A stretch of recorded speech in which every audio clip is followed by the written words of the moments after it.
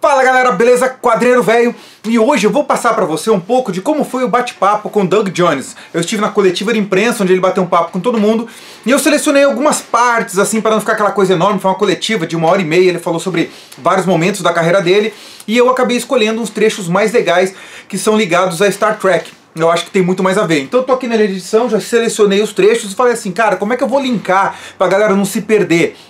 Resolvi que entre cada trechinho eu vou te explicar sobre o que ele está falando. E em seguida você escuta da voz do próprio ator como foi alguns momentos de trabalho. Então ele vai falar um pouco sobre como foi desenvolver o personagem, como foi o curta que conta a história pregressa do personagem. Vai falar um pouco sobre a própria história da segunda temporada, mas ele não entrega nenhum spoiler, pode ficar tranquilo. Mas ele fala sobre como é gravar um personagem como Saru, sobre como é colocar maquiagem. Então tem um pouquinho de cada trecho aí e eu vou estar te dando essa adiantada, legal? Bora lá!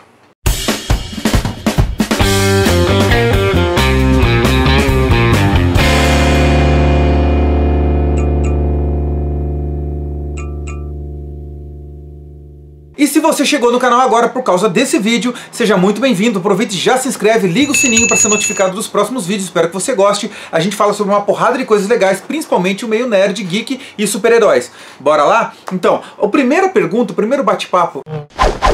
Nessa primeira parte que eu vou mostrar pra você, Mr. Jones se apresenta e fala sobre as primeiras impressões, sobre como ele encara o Brasil. Isso foi muito legal, já que esse literalmente monstro dos cinemas, né? Essa não tem nada a ver, né? Enfim, Mr. Doug Jones. First of all, forgive me for not speaking Portuguese. I'm so sorry. I'm so sorry. I'm so sorry. So my English, I'll be as distinct and clear as I can. Okay. This is my first time in your beautiful country. But I have been aware of many fans from Brazil since I did the TV series Falling Skies back about 5 years ago. I started getting social media requests and messages from Brazilian fans, and it was like, oh, everyone is so sweet, right?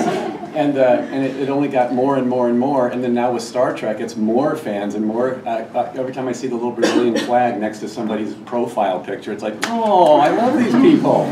So to finally be in your country is such a treat for me. It's the people that makes any place worth visiting for me.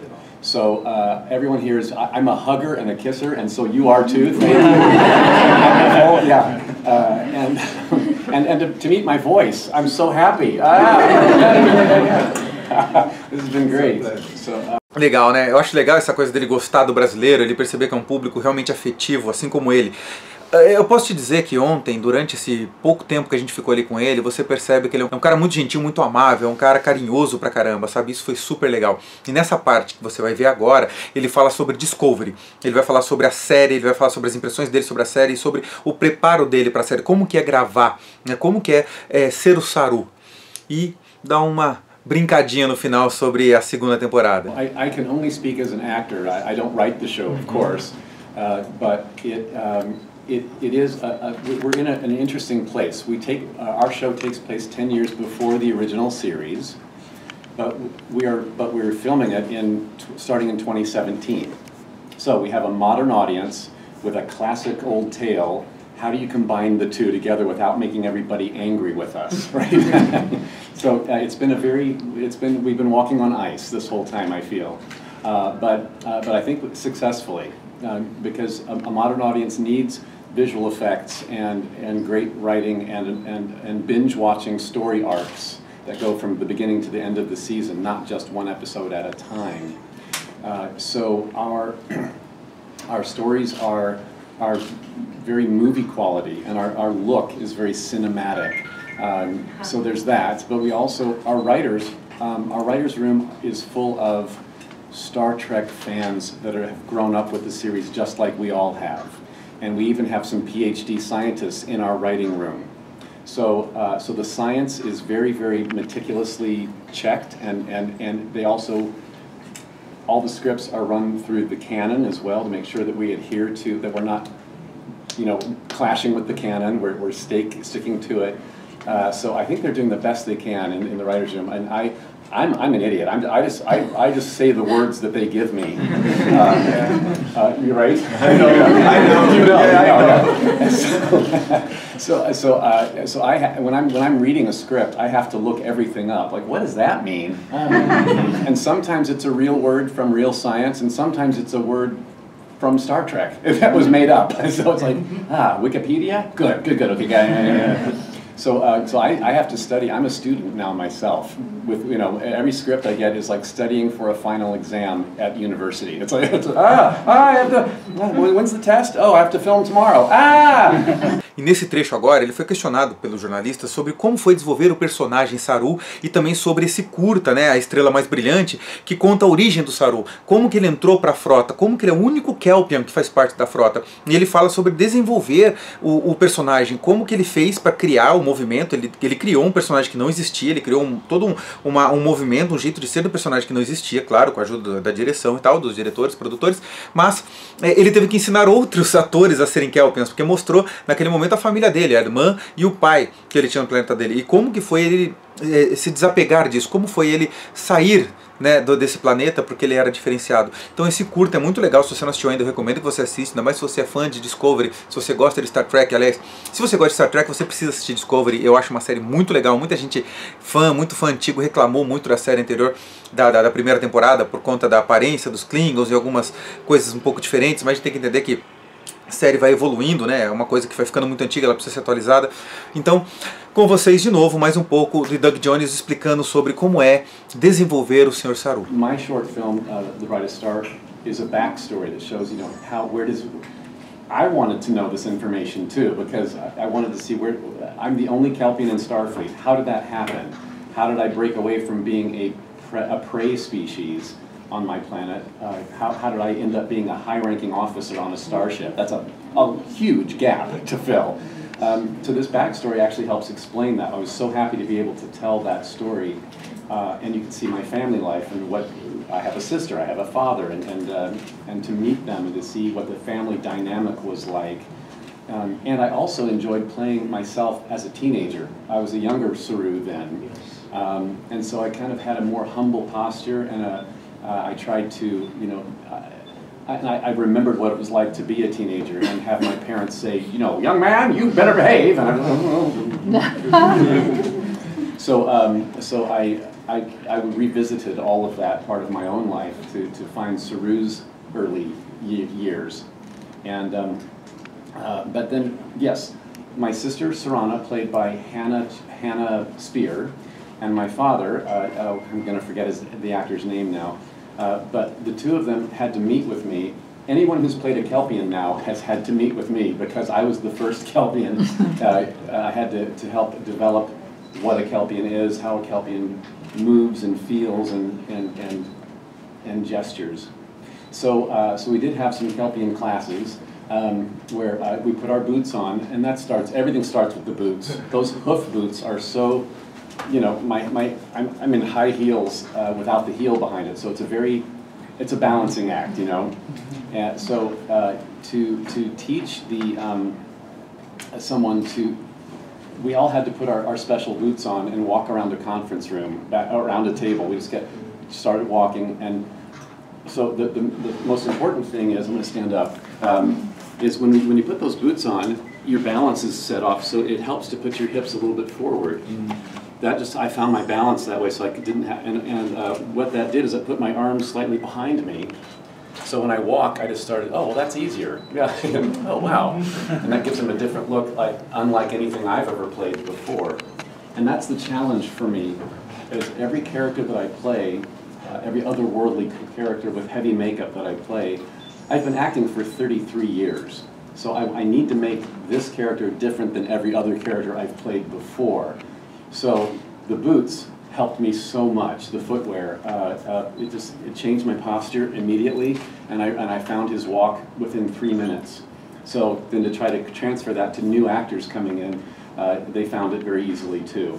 And also, but to hold ourselves with a posture, with a pride, and even though we are a prey species, And that, by the way, that will be explained more in season 2. Who is our predator on our planet? Who is it that we're afraid of? Well, you're going to find all that out. We're going to visit my home planet of Kaminar this season. Yeah. Agora ele vai falar um pouco sobre a maquiagem, sobre as próteses, como foi criar aquilo. Ele fala sobre como foi respirar com aquela máscara, como foi usar aquilo, criar a voz, falar, os movimentos, quanto tempo ele ficava com aquela prótese. É bem interessante, olha aí. Now the makeup that you see as Saru, it takes months actually of pre-sculpting, pre-painting, running molds that fit me perfectly. All that work is done ahead of time at the Creature Effects shop in Los Angeles.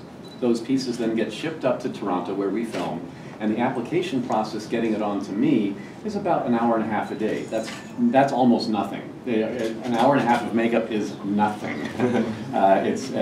So that's very gentle and kind on my body.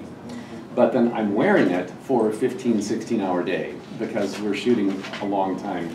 And so I'm encased in silicone rubber, contact lenses to make my eyes really pretty blue, and then the gloves that go on. They're very quick, but once I have those silicone gloves on, I can't use a phone. I can't use a zipper. I can't. You know, I'm kind of an invalid when I am all done up. So you do have to find your mental happy place to get through a long day in a creature's makeup and costume of any sort. Saru is one of the easier ones because it's just the head and the hands, and the rest is a Starfleet uniform like everybody else. Thank heaven. So that's, I guess, is that good? But I do love it, and I do love him, and the look is just so beautiful. The makeup artist, I've had the honor of having the best makeup artists in the world put their hands on my face. And James McKinnon is the lead makeup artist that applies it to me on every day. And he is Emmy nominated as well for that very thing. So, thank you. Claro que ele não falou só sobre Star Trek, a entrevista foi sobre o ator, ele falou sobre outras coisas. Eu selecionei só as partes que ele falou mais sobre Star Trek, que eu acho que é uma coisa que fica mais compilada, fica mais legal e não fica um vídeo muito grande, que não falei pra vocês no começo. E pra fechar, fizeram aquela pergunta que ninguém gosta de ouvir. Se você pudesse escolher entre o Capitão Kirk e o Capitão Picard, qual deles? E ele foi muito inteligente na resposta. Personal experience having sit on the captain's chair for a while now. Who do you prefer, Captain Kirk or Captain Picard? Oh. That's so hard to answer. Okay, I love them both, as we all do, really. But for different reasons. I think I love Captain Kirk for nostalgic reasons because he was our first captain. I was born in 1960. His show came on in 1966. I was watching it with my family on network television in the States in its first run. So so nostalgic reasons, Captain Kirk was my first, yes. But for like, oh my gosh, what a wonderful, amazing actor he is, Captain Picard, of course. I love him for that. And Patrick Stewart is just a brilliant actor and a very kind gentleman. I finally met him last year. So I love them both for different reasons. Is that okay? Have an answer? Okay. Thank you. Então é isso, gente. Espero que vocês tenham gostado. Esse foi o Sr. Doug Jones, uma pessoa que eu adorei ter conhecido. Vou estar agora no evento. Esse vídeo foi gravado, né? Foi editado antes da StarCon, então eu ainda não estive no evento. Vai ter um vídeo onde eu cubro o evento StarCon, se você quiser acompanhar. Se você está vendo esse vídeo antes da StarCon, por favor, vá. É muito legal. A StarCon acontece em São Paulo, no Teatro Eva Vilma. É no sábado o dia inteiro, agora no dia 2/2. Legal? Gostou do vídeo? Deixa aquela curtida, isso ajuda a gente pra caramba. Vou ficando por aqui e, muito importante, comente, cara. Eu respondo todos os comentários sem exceção. Então, se você quiser trocar uma ideia comigo, é só escrever aí embaixo e a gente conversa. Grande abraço, tchau!